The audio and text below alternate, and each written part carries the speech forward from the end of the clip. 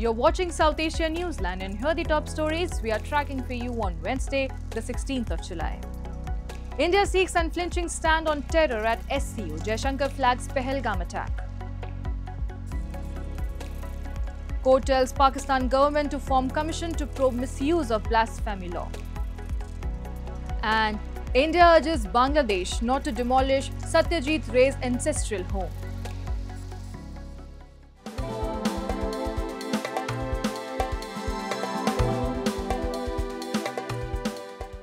And now for all the details. India's Foreign Minister S. Jaishankar on Tuesday urged the Shanghai Cooperation Organization to remain committed to its core objectives of combating terrorism, separatism and extremism.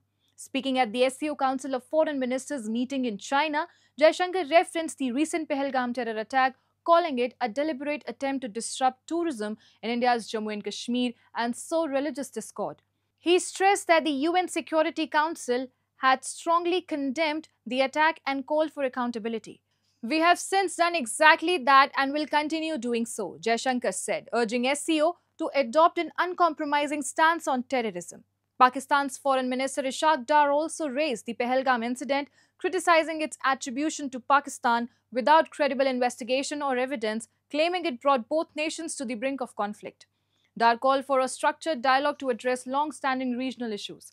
Highlighting current global instability, Jaishankar emphasized the need to stabilize the international order and address shared challenges. He also pointed out the lack of assured transit within the SCO region, warning that it undermines the credibility of economic cooperation efforts.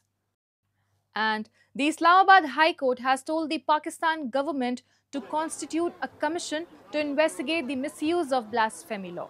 Giving the government a deadline of 30 days to form the commission, the court said that the commission should complete its work within 4 months, Pakistan Dawn newspaper reported.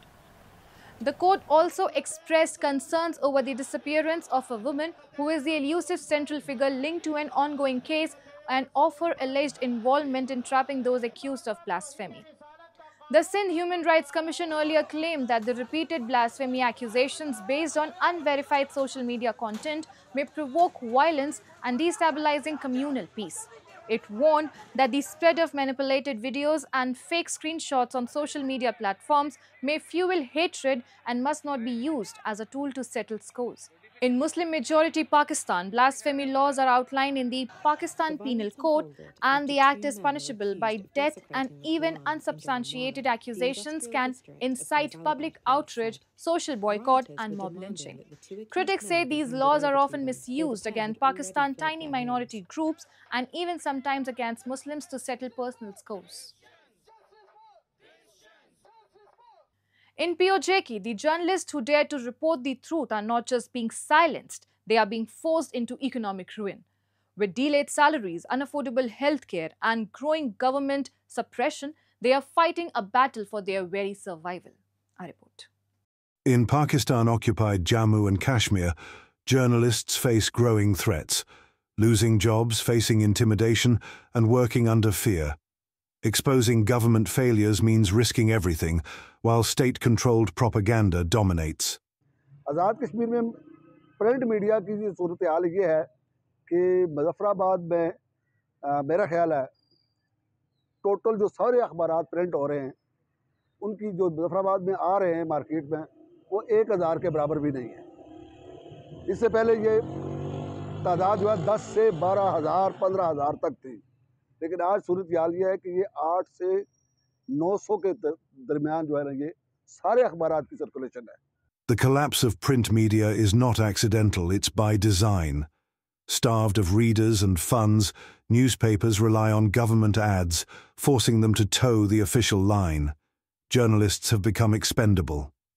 और जो रवैया है मालकान का साफ़ियों के साथ वो इंतहाई नामुनासिब है और साफ़ियों को मामूली सी गलती पे जो है ना वो या मामूली सी जो है किसी ऐसे आर्टिकल पे ख़बर पे या किसी और मामले पे जो है ना वो अखबार से बिला नोटिस बिला वजह निकालना मामूल है। और अगर कहीं बताएं हम किसी को कि अब जनाब मेरी ये पे है तो लोग यकीन ही नहीं करते कि ये भी कोई पे है, ये तो दिहाड़ी भी नहीं बनती। तो ये सूरत हाल है और मालकान का रवैया PID का अखबारी मालकान के साथ रवैया तो ये ऐसे है कि जिस तरह जो है ना ये कोई निज़ाम ही नहीं है.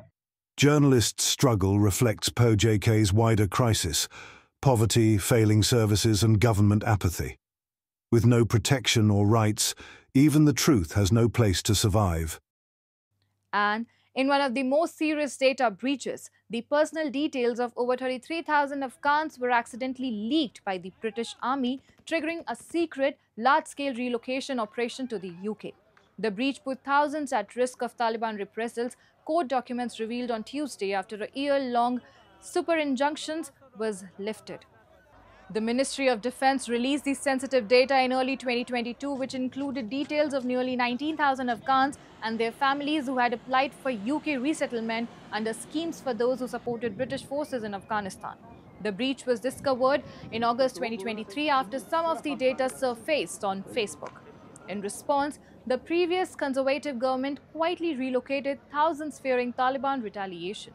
A High Court judge noted in May 2024 that up to 20,000 people might need relocation, with cost possibly reaching several billion pounds. Defence Minister John Haley told Parliament that 4,500 people had been relocated or were en route, costing around $400 million. He issued a formal apology calling the breach unacceptable. By May 2025, over 16,000 had been relocated under existing schemes. However, the government decided not to expand asylum beyond this group, citing little evidence of Taliban targeting. The case became public after PM Keir Starmer's government lifted the injunction. Mr. Speaker, to date, 900 ARR principals are in Britain or in transit, together with 3,600 family members, at a cost of around £400 million. From today, there will be no new ARR offers of relocation to Britain.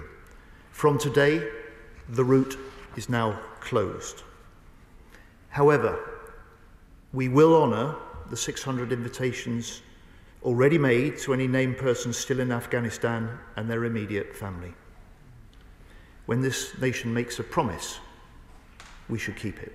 The Ministry of Defence seem, I think, institutionally incapable of keeping information safe. And so I think the issue that we need to look at is a thorough review of the government's practices and policies to ensure that something like this never happens again.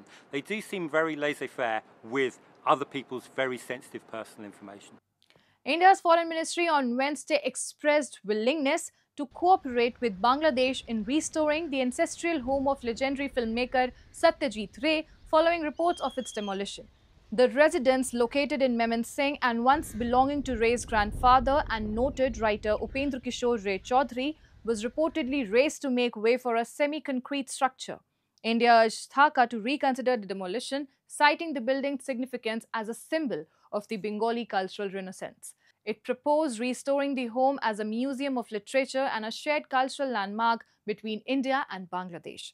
According to the Delhi Star, the century-old house had served as a children's academy but was abandoned for over a decade. The demolition was reportedly authorized by district officials and the Public Works Department despite objections from Bangladesh's archaeological department. The incident has raised concerns over repeated threats to shared heritage. India noted that this follows similar acts under the Yunus government, including the recent vandalism of Nobel laureate Rabindranath Tagore's ancestral home in June. New Delhi condemned the incidents as systematic attempts by extremists to raise symbols of tolerance and destroy Bangladesh's syncretic cultural legacy. And political chaos in Nepal continues to rise as Prime Minister KP Sharma Oli's cabinet minister Rajkumar Gupta announced his resignation on Tuesday amid public and political outrage as a bribery scandal case resurfaces.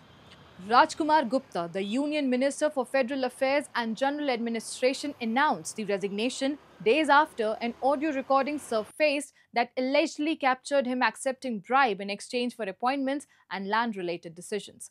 Taking to Facebook, Gupta stated, "It is well known to everyone that my name has been continuously associated with bribery deals for the past few days. Sometimes it seems like I have become the victim for the incident where I have no role. I have now tendered my resignation to the Prime Minister so that he can help in investigating the allegations and bringing out the truth." Rajkumar Gupta, also a CPN-UML leader, allegedly sought 7.8 million Nepali rupees for a political appointment and the transfer of a civil servant. Opposition parties, civil society groups and the general public also voiced their anger and strongly demanded his resignation and legal action, accusing the minister of undermining public trust and misusing his authority. And that's all in tonight's edition. We will see you same time tomorrow. Till then, good night.